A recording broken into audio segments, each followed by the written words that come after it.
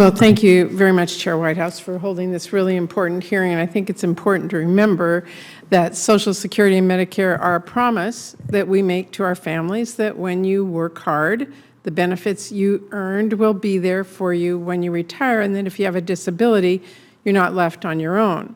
Social Security and Medicare are really a lifeline to people all across our country. People want us to save these programs because they know these programs save people.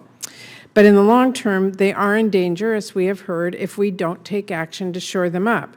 Last year, actually, Democrats took one of the biggest steps to strengthen Medicare in decades by giving it the ability to negotiate lower Medicare prescription drug prices, which is great news on Medicare for people who need those drugs, and it's great news for that program as a whole because it will save it billions of dollars each year. That should be common sense.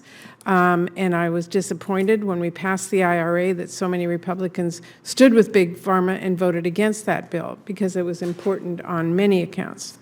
Now, as we have heard today, there are two fundamental ways to save Social Security and Medicare for the future. First, we could raise revenue and save Social Security by simply asking the rich to finally pay their fair share, and there's nothing new or radical about that. For decades, our federal tax code has said if you have a higher income, you will chip in more. The radical thing is that right now, Social Security actually works in the opposite way. If you make around $160,000 a year, you are paying the same amount into Social Security each year as a billionaire. Someone can make over 12,000 times your salary, and yet their Social Security tax rate is a fraction of what your rate is. Think about that. Billionaires are putting just half a cent of every $100,000 they make into Social Security.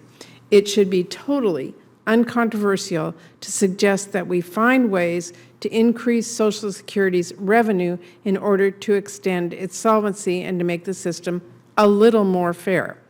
Now, anyone who says that is off the table has only one completely unacceptable option left, and that is to cut benefits. And over the years, some Republicans have called explicitly for cuts. We saw a plan to phase out Social Security last year. We saw House Republicans put forward a roadmap just last month to raise the retirement age. Nonetheless, we do hear Republicans act like they don't know why anyone would accuse them of wanting to cut Social Security. Make no mistake, if you are unwilling to even consider new revenue or making the ultra-wealthy pay their fair share, then you are essentially saying that the only option left for Social Security are benefit cuts. We are talking about a lifeline countless Americans have earned and they're counting on today and for decades to come. So I'm really interested in what the panels had today on how we can protect and strengthen Social Security and the families rely on it. I appreciate all of you being here today. And as I said, we know millions of Americans are really struggling today to save for retirement or to make ends meet in retirement. In fact, you should know that half of seniors rely on Social Security for most of their income, and a quarter of seniors rely on Social Security for at least 90% of their income. So my question today is for Ms. Romig. Talk about what Social Security benefits mean for our country's seniors and how those cuts disproportionately impact women and communities of color. Yeah, well, first of all, I'd just say, most retirees' incomes overall are modest, and so they really rely on those Social Security benefits to meet their basic needs, housing and food, health care and bills. And so cutting those benefits would really compromise the lifestyles of our nation's seniors and people with disabilities. And that's especially true for women and people of color.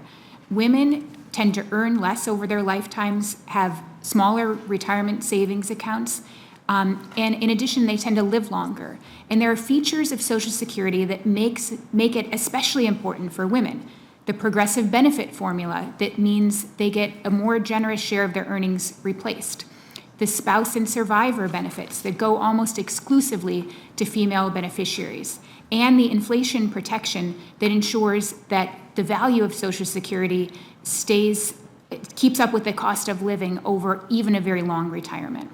And the same is true for people of color. People of color have faced economic inequality throughout all of this nation's history, and they're less likely to be offered retirement plans at work, less likely to have jobs with a margin for savings, and so Social Security is especially important for those groups. And in fact, without Social Security, over half of Black retirees would be in poverty, and 45% of Latino retirees would be in poverty.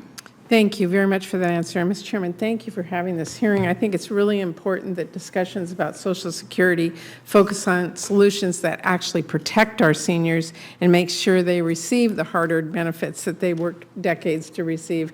And I really believe that cuts should be off the table, but I think this hearing is really important for us to really start focusing on this, so I thank you very much.